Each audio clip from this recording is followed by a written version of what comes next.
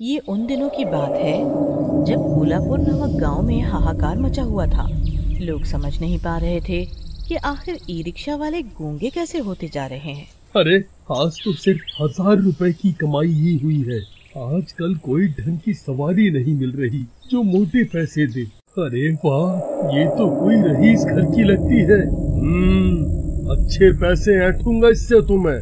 तोताराम सुंदर लड़की के पास ई रिक्शा लेके पहुंचता है। कहाँ जाओगी मैडम? पुरानी सड़क के कितने रुपए लोगी?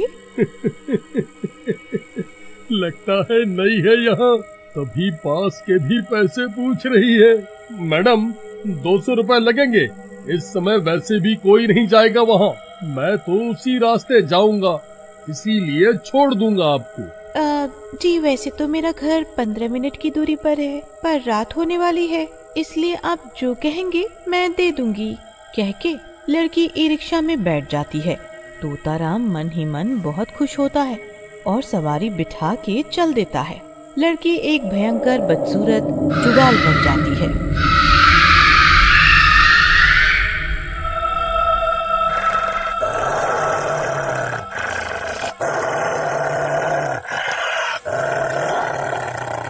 जिससे तोताराम बेखबर होता है। भैया जरा इस अंदर वाली गली से तो ले चलो, यहाँ से मेरा घर जल्दी आता है। तोताराम फिर उस गली में अपना ई रिक्शा मोड़ लेता है। थोड़ा आगे चलते ही गली में एक खुफिया गली आ जाती है, जहाँ डरावनी चुड़ैलों की आवाजें सुनाई देती हैं।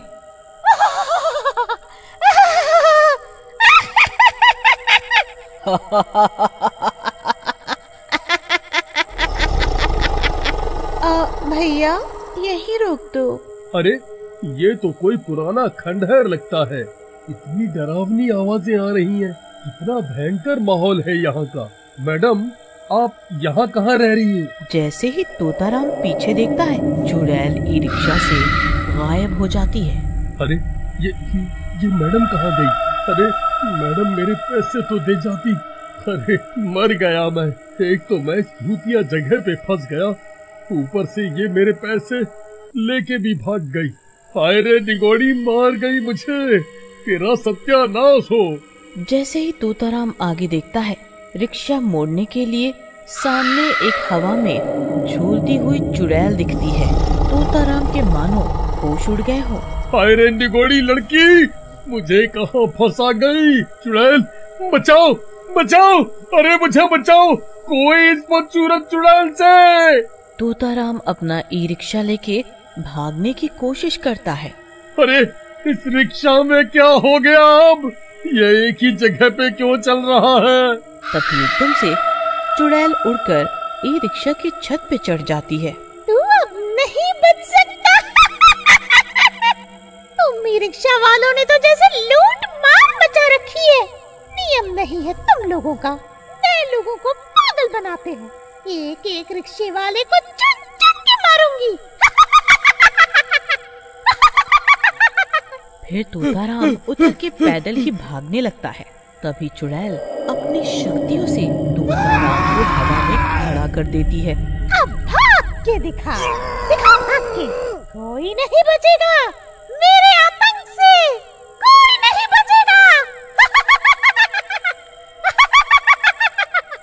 चुड़ैल अपनी जादू शक्तियों से तोताराम को जमीन में धंसाने लगती है। तोताराम चिल्लाने की बहुत कोशिश करता है, पर चुड़ैल उसकी आवाज चुरा लेती है और उसे गूंगा बना देती है।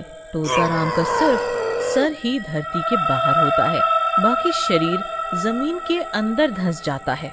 दिन प्रतिदिन चुड़ैल एक एक करके कई ई रिक्शे वालों को सबक सिखाने लगी। जो भी उसे नियम तोड़ते हुए दिखता, वो उसको बद से बदतर मौत देती। फिर एक दिन रिक्शा स्टैंड पे सारे ई रिक्शा वाले इकट्ठे होते हैं। अरे लंगोट लाल, आज तोताराम नहीं दिख रहा। उसकी बीवी ने कहीं पल्लू से तो नहीं बांध लिया उसे। अरे भाई पता नहीं आज आया ही नहीं। तभी वहाँ कुछ सवारियाँ आती हैं। अरे भाई आओ मेरे रिक्शे में, बस 5 मिनट में चल दूंगा। चलो भैया, लेट हो रहा है मुझे। 5 मिनट बोल बोल के इतनी देर लगा दी आपने। अरे सवारी तो होने दो, तभी तो चलूंगा। ये सब वही चुड़ैल देख रही होती है। इतनी ज्यादती कर रखी है इन ई रिक्शा वालों ने। मनमानी करने लगे हैं आजकल सड़कों पे। इसे तो सबक सिखाना पड़ेगा। थोड़ी देर और निकल जाती है, तभी 4-5 सवारी आ जाती है। अरे बैठो बैठो, इसमें बैठो। अरे भैया 4 लोगों की सीट होती है, आप क्या 6 बैठाओगे? अरे सब बैठ जाएंगे, थोड़ा थोड़ा आगे पीछे होके बैठो। सभी सवारी किसी तरह एडजस्ट हो जाती है। रिक्शे वाला रिक्शा चलाने लगता है। ओवरलोडिंग की वजह से कुछ कदम आगे बढ़ने के बाद ही मर गए। इस रिक्शे वाले ने अपने लालच की वजह से हम सबकी जान जोखिम में डाल दी रे। हाय हाय रे मेरी टांग, हाय हाय मेरी टांग। हाय मेरी कमर टूट गई, अरे कोई उठाओ, हाय मेरी कमर। सारी सवारियां जख्मी हो जाती हैं और उन्हीं में से एक की मौत हो जाती है। ई रिक्शा वाला जख्मी सवारियों को वहीं छोड़ के अपना ई रिक्शा लेके भागने लगता है। ये सब देख के चुड़ैल आग बबूला हो जाती है और एक सुंदर लड़की का रूप लेके रास्ते में खड़ी हो जाती है। लड़की रिक्शे वाले को हाथ देख के रोकती है। भैया पुरानी सड़क चलोगे? अरे वाह, कितनी सुंदर लड़की है। अरे तुम कहो तो जहन्नुम में भी चला जाऊं मैं। कितने पैसे लोगे? वैसे तो मुझे पता नहीं है कि कितने पैसे लगते हैं, आप ठीक ठाक बताना। अच्छा तो ये नई है लगता है। जी मैडम, वैसे तो 200 लगते हैं, पर आप 150 दे देना। ठीक है भैया। और वो रिक्शे में बैठ जाती है। अरे वाह, 30 रुपए के काम में 150। वाह वाह, मजा ही आ गया आज तो। सुबह जितना समय खराब हुआ, अभी सारे पैसे वसूल हो जाएंगे। तभी वो लड़की वापस चुड़ैल बन जाती है, पर ई रिक्शे वाले को पता नहीं चलता। चुड़ैल उसे भी एक सुनसान गली में मोड़ने को बोलती है। अंदर घुसते ही डरावनी आवाजें आने लगती है।